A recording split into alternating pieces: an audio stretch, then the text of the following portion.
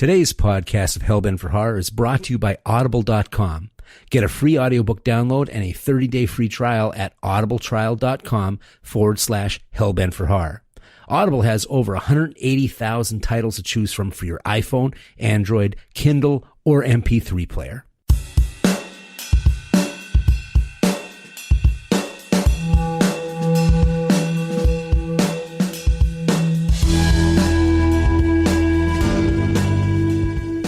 Hi, and welcome to Hellbent for Horror, a podcast devoted to all things related to horror. I'm S.A. Bradley, and I'm a lifelong movie lover, but my heart belongs to horror. My biggest thrill, however, is getting to talk to people about this stuff. I really want to start conversations with you. Before I start the show today, I wanted to share a first kiss that a listener sent in. John Arminio wrote to tell me that his sea change to horror happened with Evil Dead 2. When he was 15, and he watched it with a bunch of friends on a sleepover. It was the mixture of horror and comedy that made such a big impact. As John said, each scare made us laugh harder, and each joke made each scare stop our hearts for just a bit longer. John, I want to thank you for the insight, and thanks for writing. I also want to do a quick plug for the Hellbent for Horror Patreon site. If you don't know, Patreon is a crowdfunding site for people to support creators of all sorts of work. You can support the show by pledging a set amount for each episode I release. If I don't put out an episode, you don't get charged. If you like the show and feel inspired to contribute, even as little as $1, it will really help me continue to devote my time and effort to the show. You can find my page at patreon.com and then search for Hellbent for Horror. There's a direct link to it on my website. But there's all kinds of ways to support the show. You can also write reviews of the show on iTunes and Stitcher. That helps get the word out to other horror fans and helps us grow. Hey, thanks a lot for the support. I was at a party a while ago, and as usual, I found some guys talking in a corner about horror. They were quite knowledgeable, so I asked if anyone could help me name a movie that I only saw once, and I could only remember the plot. Yes, I have those too. I rented this movie at a video store around 1987. It was very low budget, the acting wasn't great, but the story stuck with me. It takes place in the not too distant future where scientists can transfer a person's memories and their identity from one body to another. And this technology is used in the justice system to make the death penalty an existential death. When a convict is executed, their memories, their identities, their souls are erased, obliterated. All that's left is the body. And then, a person who's dying of an illness or is elderly gets their memories dropped into it. It's like a full-body organ transplant. And just like organ transplants, there's a waiting list and you need to qualify to be on it. The qualification is this. You need to be a model citizen who lived a good life. We see the lives of two men involved in this execution/resurrection, and we learn more about them. The convict beat up a man for sleeping with his wife, but he lost control and he killed the man. He never forgave himself for that crime. And then we meet the sick, elderly man who gets the convict's body. He looks like the quintessential grandfather, and his grandkids love him. However, he has many skeletons in his closet, like destroying his business partner's life and being a cruel father. His grandkids may love him, but his own children won't even look at him. In the movie, the soul transplant is a success, at least on a physical level. But even though it is believed that the body is only a shell, and the real you is made up of your memories and your thoughts and your emotions, he cannot adapt. His few remaining friends are dying off, and, truth be told, they resent his new lease on life. He tries to make friends with people that are his body age, but he can't relate to them. His grandkids are afraid because to them, he's a stranger. His 80-year-old soul doesn't fit his 30-year-old body. And now that he has another 50 years to live, he's going to live them out, isolated and alone. Now, none of the guys at the party knew anything about it, but the story intrigued them. But one of the guys was not so enthusiastic. He said, I'm usually pretty good about naming movies, but I don't really know a lot about science fiction. Then he said, I don't believe that science fiction is a real genre. I think it's just a location choice. Then he engaged me in debate to prove his point. So, let me ask you, what's the main purpose of a comedy? To make you laugh, I said. Okay, then what's the main purpose of a horror movie? To scare you. So, what's the main purpose of science fiction? And I said, to make you think. Now, I hadn't been asked this question before, but my answer was immediate, and I stick by it. Now, that doesn't mean that there isn't a lot of thinking going on in any other type of story, but we're talking about the primary purpose of science fiction. When I think of science fiction, I think of ideas that question the status quo. I think of stories that challenge my imagination to keep up with the premise. But because the science fiction label is slapped on everything these days, I can certainly understand why someone might think it's only a location choice. So many are just action films that are set in space, or there's just another unimaginative alien ripoff. Even superhero movies are considered science fiction, and even the Star Trek movies have become more action films than science fiction. It's ironic that science fiction is so popular now that it's barely got any science in it. You would think that with how much our lives have been changed by technology and how unconsciously immersed in it we've become, that we'd want smarter stuff. Who knows? Maybe we've been assimilated already. And it's a shame because when it's good, science fiction is potent storytelling. Just like horror, it uses metaphor and allegory to talk about touchy subjects.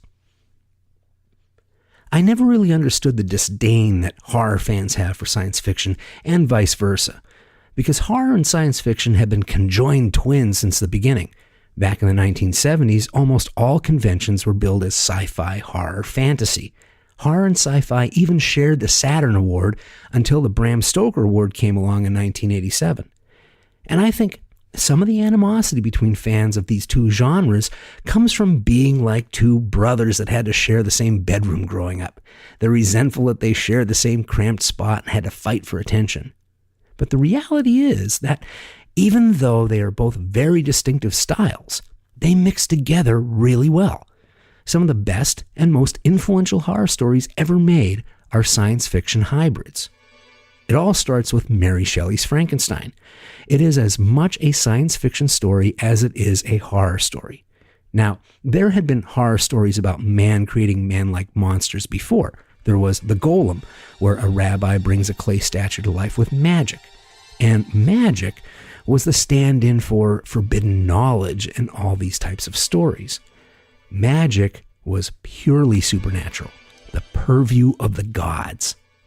It always existed. And man is tempted by magic, and then he gets punished for using it. But Frankenstein is different. Man doesn't just stumble upon magic that was always there in nature. In Frankenstein, man creates his own magic, which means he's changing nature. And that comes with heavier consequences, because you might not be able to change it back. Mary Shelley was only 21 when she wrote Frankenstein, but she was keenly observant about the world around her. The new age of discovery was bringing both excitement and anxiety to the world. Electricity and lightning was a relatively new discovery, and so was the detection of electricity in the human body that was connected to life. And she used these recent discoveries in science to make an impossible experiment in her story seem potentially possible and relevant to the times. And that brings a reality to the fantasy that magic just doesn't. Most importantly, it makes Victor Frankenstein an active participant in nature. He's not a spectator anymore. He is an irresponsible god. Horror answers the question, where do monsters come from? Science fiction answers the question, what happens to us as the world changes? Frankenstein allowed horror to step outside of supernatural myth and enter realistic and contemporary times. It also gave birth to science fiction. Now, there's two styles of science fiction. There's the Jules Verne style, and there's the H.G. Wells style. Jules Verne is all about realistic gadgets and adventure. That's hard science fiction. Then there's H.G. Wells, who was more interested in what happens if you have a time machine than how the time machine actually works. His science fiction is more poetic. And it's that poetic science fiction that I think mixes well with horror. H.G. Wells' stories are both excited and anxious about how technology will affect mankind. Horror fans know his books, The Time Machine, and War of the Worlds, and The Island of Dr. Moreau, and The Invisible Man, and Food of the Gods. He even wrote a novel called Star Begotten, where Martians invade Earth by slowly changing humans into Martians at a chromosomal level, kind of an early version of Invasion of the Body Snatchers. Ridley Scott's Alien, John Carpenter's The Thing, and Invasion of the Body Snatchers and its remakes, David Cronenberg's The Fly, James Cameron's The Terminator. That list shows that a huge chunk of our horror masterpieces are sci-fi hybrids. I haven't met a horror fan or a science fiction fan that doesn't like those films. So it's not that we don't like science fiction in our horror, it's that we don't like bad science fiction in bad horror movies. And unfortunately, those bad movies outnumber the good ones by a lot. And I think that keeps a lot of horror fans from investing the time to find the good ones. So I want to bring some of them to your attention. Hopefully there's some you've not seen or heard of, alternatives to Predator and RoboCop, which are good movies too.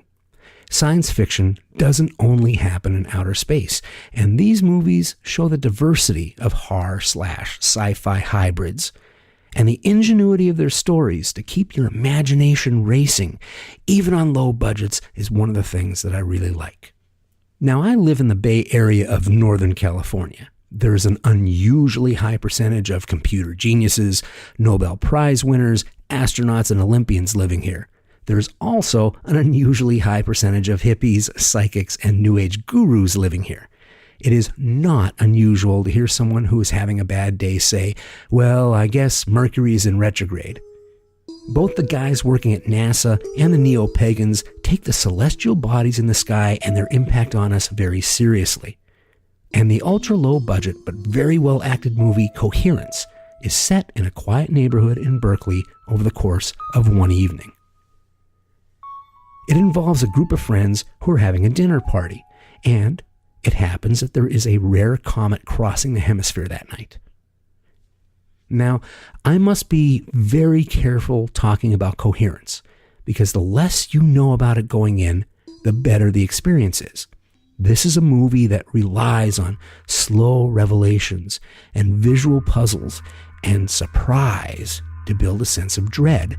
And it is crafted in such a way that you learn things only as the characters do, or maybe even a minute after they do. The dinner party starts out normally, but as the night progresses, things start to get surreal. Strange things start happening, and at first, the friends laugh them off. They chalk it up to clumsiness or forgetfulness or a case of deja vu. And then, things get stranger in the house. And then things get stranger outside of the house. And then the power goes out. And when the lights come back on, well, that's when things get really dark. And that's all I'm going to tell you about the story. The movie is effective because it creates a very normal and banal and realistic environment. This could be a movie about old friends like The Big Chill. And then something very small but impossible happens. And it stops characters in mid-sentence. And as a viewer, you stop too. You focus because something isn't right, but you can't put your finger on it. And by the time you realize what's happening, it's too late. That's Coherence, directed by James Ward Burkett. The characters in Coherence slowly realize that they are trapped in the house together in some bizarre event right out of the Twilight Zone. But they know each other, and they've all seen the impossible with their own eyes. Now, imagine that you wake up in a house with people you don't know. And the first time you meet these people, They tell you that a bizarre event straight out of the Twilight Zone just happened. And they tell you that you can't leave the house because of this Twilight Zone event. And it's right about that time that you realize you're chained to the wall. That's the first 5 minutes of 10 Cloverfield Lane, a movie that feels like a lost episode of the old Twilight Zone show. And that's a compliment. We meet our main character, Michelle, as she secretly packs her bags to escape her abusive boyfriend. She gets in the car and she leaves New Orleans to head to the farmlands of Louisiana to escape anywhere. Michelle's escape reminded me of a similar one Janet Leigh makes in Hitchcock's Psycho, and the music in that scene even evokes Bernard Herrmann's soundtrack. And just like Psycho, this movie starts as one thing and turns into another unexpectedly. Michelle's car is hit by something, and she spins out of control, and she crashes. When she wakes up, she's on a mattress in a cinder block room with an IV in her arm and a brace on her wounded leg, and that leg is chained to the wall. She finds out that she was rescued by a huge, imposing man named Howard and taken to his underground survivalist bunker. Howard then tells her why she can't leave the bunker. There has been an invasion, a huge strike, which has taken out all of the cities, and chemical warfare or radiation has killed everyone above ground. Michelle, Howard, and another man named Emmett must stay in the bunker for a year, maybe 2, until the fallout abates. Howard tells her, in all seriousness, that he thinks it's an alien invasion. You see, Howard was prepared for this invasion because he's a Navy veteran and a conspiracy theorist, and he might be crazy. The question is this: is he the harmless but irritating crazy, or is he the psychotic and dangerous crazy? Of course, there are a lot of questions. Did Howard save Michelle and Emmett's lives, or has he taken them hostage? Is there really an alien invasion, or is this a twisted delusion, or worse? What caused the massive blackout across the southern seaboard, or the red flash across the sky that Emmett himself saw? What killed the animals outside the sealed door that made their bodies dissolve? But wait, did they just hear a car drive by right above them? Or was that the sound of a helicopter? 10 Cloverfield Lane plays on our doomsday fears. The fear of dying on doomsday. The fear of surviving on doomsday. It plays on our fear of the unknown assailant or the invisible killer right outside the bunker doors. But it knows the real fear is the unknown assailant that might be inside the bunker with you. Hell is other people. Pay a visit to 10 Cloverfield Lane, directed by Dan Trachtenberg, a movie that would have made Rod Serling proud. Now, speaking of the Twilight Zone, the next movie I want to talk about was the original script for the Twilight Zone movie before they went the anthology route instead. It was finally made in 1988 by the writer himself, Steve DeJarnett, and it quickly disappeared from theaters. It was just too dark a vision for 1988. This was not a feel-good movie with a happy ending. The name of the movie is Miracle Mile, and it's a little-seen gem. The film takes place over one day and one night in Los Angeles, and it follows the budding love-at-first-sight romance between Harry, a jazz musician, and Julie, a waitress. They plan to meet up at midnight for a real date after Julie gets off her shift at the diner. So Harry goes to his apartment to catch a nap, but a freak accident blows the power in the building and he sleeps through his alarm. He arrives at the diner 4 hours late, and he hopes that he can get Julie's home address so he can beg for forgiveness. But as he's walking into the diner, a payphone outside starts ringing. Harry picks it up, and there's a frantic young man on the other end. The young man has dialed the wrong number, and he thinks he's calling his father. He cries, and he begs for forgiveness for something that's just happened on his military base. He tells Harry a horrible secret. The missiles are in the air, and the world is going to end in 70 minutes. Is this a prank? If not, do you tell anyone? What happens if you do tell somebody? What do you do if there's only 70 minutes left to the world? Well, it's best to see it unfold in front of you in a first-time viewing. The movie is shot in real time, and that gives it a heightened sense of tension and urgency. In our current climate of worldwide social media presence and fake news, the themes and the dark humor of Steve DeJarnet's Miracle Mile might be more relevant than ever. Back in 1923, H.G. Wells wrote a novel called Men Like Gods. It's the first story to include the concept of a multiverse, alternate planes of reality. Wells thought of multiverses as populated by humans with different histories. And then came H.P. Lovecraft's From Beyond. In his story, multiple planes of existence inhabit the same space, but they exist at different frequencies that keep the planes from ever interacting with each other. And the life forms in these different planes are alien and dangerous. So a scientist invents a device that emits a vibration wave, like a big tuning fork, that stimulates the pineal gland in the brain. This stimulation allows a scientist to see into a dimensional plane full of translucent aliens. He keeps watching the aliens until he realizes that they are watching him too. Now, what's interesting about this is that the machine used to see these dimensions is the human brain. Once you've opened a door in the human mind, how do you close it? In 1986, director Stuart Gordon made a movie version of From Beyond, and I do recommend it. It's gory and it's funny, and the monsters are creepy, and it's worth watching. But I want to focus on a scarier film that has the spirit of Lovecraft's story. Blair Erickson's Banshee chapter focuses on the human mind as a multidimensional door and makes it scary by weaving historical fact into the fiction. True story. In 1963, the U.S. government experimented on unsuspecting Americans with dimethyltryptamine, DMT-19. The MK-Ultra project experimented on mind control through drugs, and when subjects lost their memories or their minds, the project was closed. There are real interviews with real scientists that are scarier than any made-up story. The movie follows Anne, a reporter who investigates the disappearance of a friend. Her friend, James, was researching MK-Ultra, and the last sign of him is on a video where he takes a dose of illegal DMT-19 to experience the hallucinations that came with it.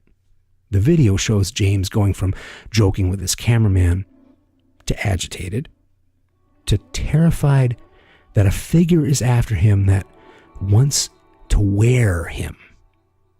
And then there's static interference on the radio, and in that static, we hear a music box playing. James runs out of the house, and the footage is chaotic, and we're not sure what we see. Did we just see James with his eyes missing? 4 days after James disappears, so does his cameraman. As Anne investigates, she finds out that all the MK-Ultra subjects reported the same hallucinations back in 1963. They all heard the music box, and they all saw a figure coming after them, and they all called it by one name, Banshee. Anne consults an expert who determines that the music box sound on James' video is a recording of a known number station. These are mysterious phantom radio broadcasts of unknown origin that repeat number sequences or musical tones. These are a real thing, by the way. Nobody knows who makes them or what they mean. And this one can only be tuned into at a certain time of the night in the desert. So Anne goes to the desert, and she hears the music box. And she swears she sees a figure in the darkness, advancing on her. Is her mind playing tricks on her? Anne's investigation leads her to track down the supplier of the illegal drug and to try and find the infamous facility in the desert where the experiments were done in 1963. And as she watches more footage of the old experiments, she finds out how crazy things got. And then she finds out the secret of the DMT-19 drug. What if the drug doesn't cause hallucinations? What is the drug doing to you instead?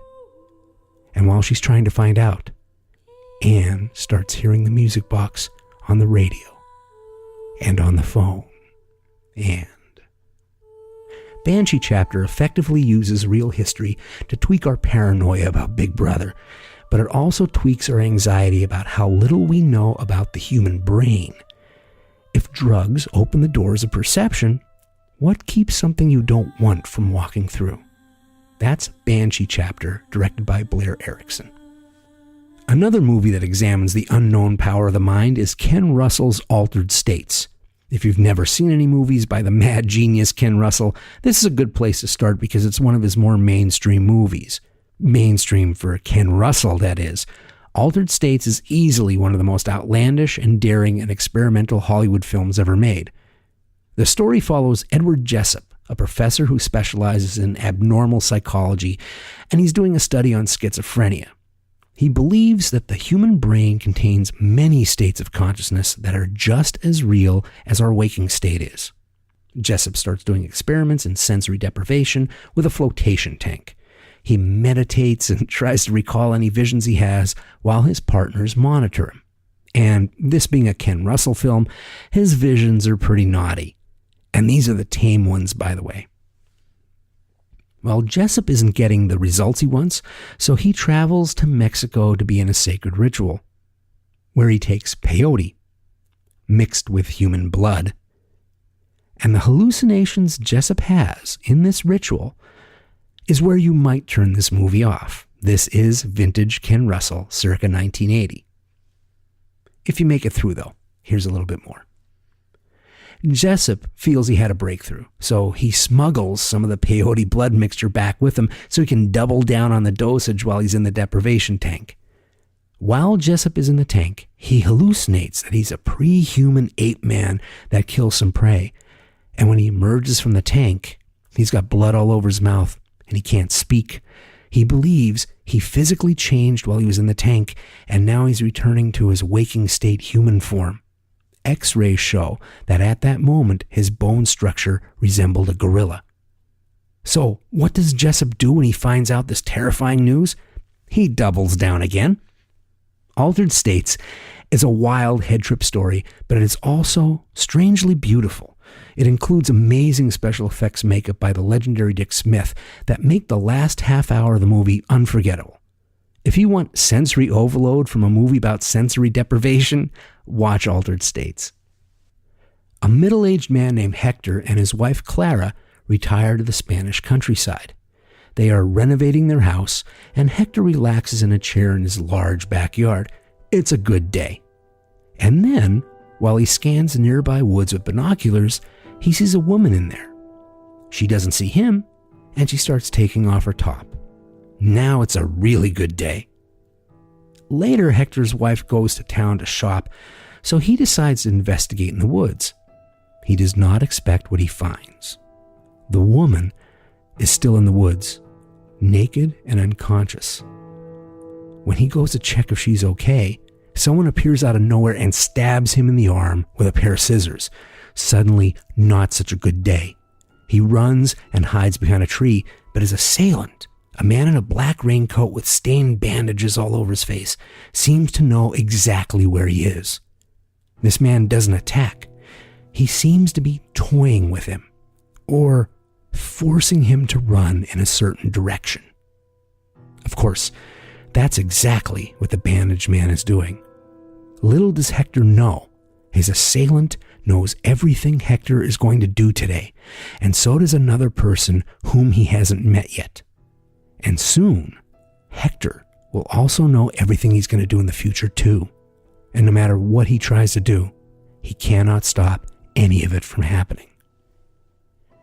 The movie is Time Crimes, and it is another great example of a horror movie that uses imagination and a science fiction premise to combat a low budget. Since the movie is titled Time Crimes, I don't think I'm giving anything away by saying this movie involves time travel. And it charges headfirst at that old science fiction conceit that if you go back in time, you must never meet yourself. Well, that ends in the first 2 minutes, I think. As Hector tries to get himself out of a time loop, It gets more and more complicated, each time forcing him towards a horrible fate he can't outmaneuver from happening. This is a movie where you marvel at the detail that writer, director, lead actor Nacho Vigalondo adds to keep the time loop going. Why is that phone ringing, and who is on the other side? Or more importantly, when is the person on the other side calling from? The past or the future? What are those marks on the calendar all about? Why is there an abandoned bicycle in the woods? You find out the answer to every puzzling question, and you might find yourself watching the movie again just to see how well it was all set up, and what you missed the first time. That's Time Crimes, directed by Nacho Vigalondo. A man wakes up in a hotel bathtub. He has no memory of where he is or how he got there. He looks in the mirror, and he is horrified to realize that he also doesn't know who he is. There's blood on his face, and he realizes it is not his blood. He finds some clothes and a suitcase and some keys, and then the phone rings.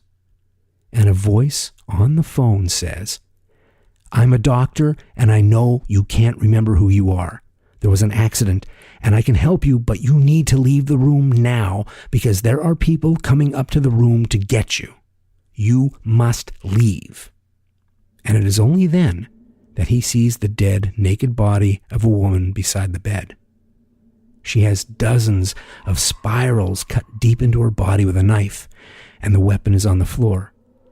As he runs for the stairs to get to the lobby, the Art Deco-style elevator opens, and several pale men, all dressed in black long coats and matching fedoras, walk out in unison.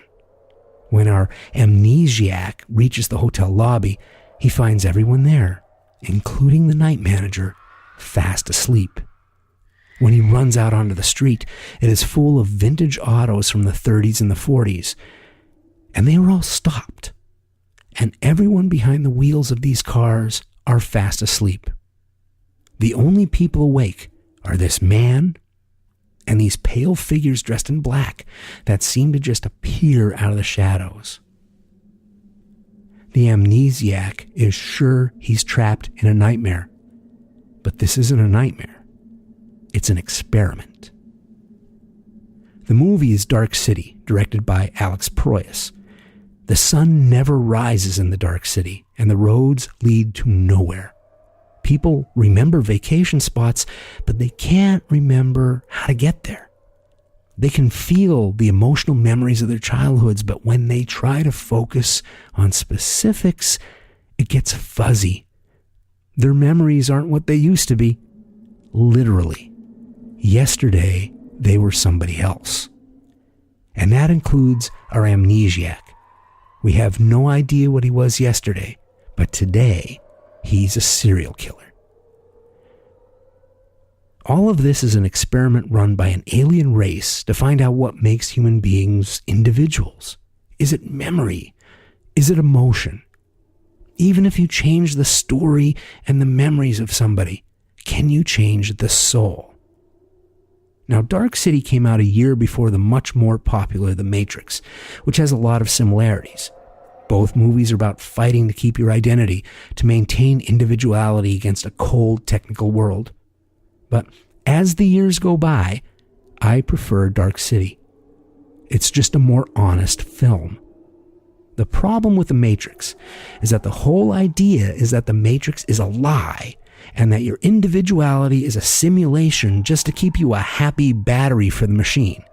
And in the end, Neo beats the program and gets his individuality back by creating a better simulation? Downloading well? He doesn't beat the Matrix by being more human. He does it by becoming more of a machine. He is still part of the program if he can fly away at the end. Now, how is that not just another simulation to keep you a happy battery? I think The Matrix had a cool idea that painted itself into a corner by being an action film first. Dark City, on the other hand, goes more the German expressionist horror route, all dark alleys and ghoulish aliens that inhabit corpses to walk around in. But the people in Dark City are human beings. They're fighting to get out of a nightmare. They live, they bleed, they commit suicide. They are real. Every night, the city physically changes and the citizens are assigned new lives. And yet, with all that control, every so often, some of the sleepers awaken when they shouldn't, and the aliens don't know why. Well, we know why. It's the very thing they are running the experiment to find. It's what makes us human. It's what makes us individuals. For lack of a better word, let's call it the soul. The movie is Dark City, directed by Alex Proyas.